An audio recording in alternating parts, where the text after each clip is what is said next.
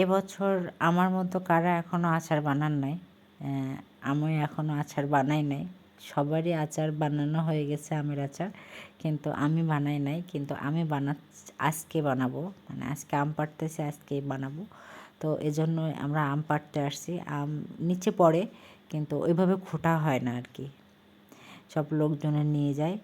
আর সেজন্য আমি নুর ইসলাম ভাই আসছে, নুর ইসলাম ভাই আমাকে হেল্প করছে, যে আমগুলো পেড়ে দিচ্ছে। আর আমি বাইরে কোথাও আসলে কি বলে কাজকাম করতে আসলে তো সেই ভিডিওতে দেখেন নুর ইসলাম ভাই থাকে সবসময় আমার ভিডিওতে, কম বেশি বাইরের ভিডিওগুলোতে।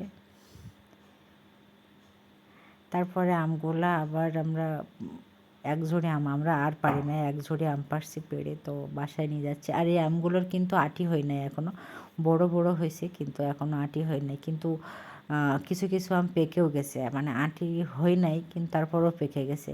মানে গরমে, এটা প্রচণ্ড গরম পড়তেছে, তো গরমে পাকছে। তো কিছু করার নাই, এখন বৃষ্টি হইলে তো খুবই ভালো কথা। আর তারপরে এই এক ঝুড়ি আম নিয়ে আজকেই আমরা আচার বানাবো।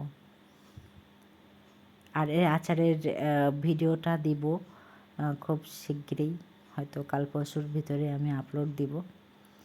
তারপরে আমরা আমগুলো নিয়ে বাসায় চলে যাই। আর সবাই আমার অনেক ভিডিওতে বলেন যে আমার পেজটা মানে খামার বাড়ি কেন, মানে খামার বাড়ি কিসের খামার আমাদের। আমাদের আসলে খামার বাড়ি বলতে এই জিনিসটা, এই মানে আমাদের বাড়িটাই আসলে খামার, চারি সাইডে খামার। এই যে গরুর খামার আছে, তারপরে ছাগলের খামার আছে, আর আরও অনেক খামার ছিল, মুরগির খামার ছিল, তারপরে হাঁসের খামার ছিল। তো ওই খামারগুলো নাই আপাতত, এখন শুধু গরুর খামারই আছে। তো আর মাঝখানে ওই যে একটা বিল্ডিং দেখছেন, ওইটাই হলো আমাদের বাড়ি। তো মাঝখানে বাড়ি আর চারি সাইডে খামার, সেজন্য এটা খামার বাড়ির নাম দেওয়া হয়েছে আমার পেজটার।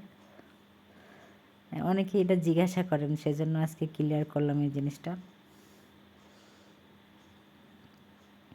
তো ভালো থাকবেন সবাই, আল্লাহ হাফেজ।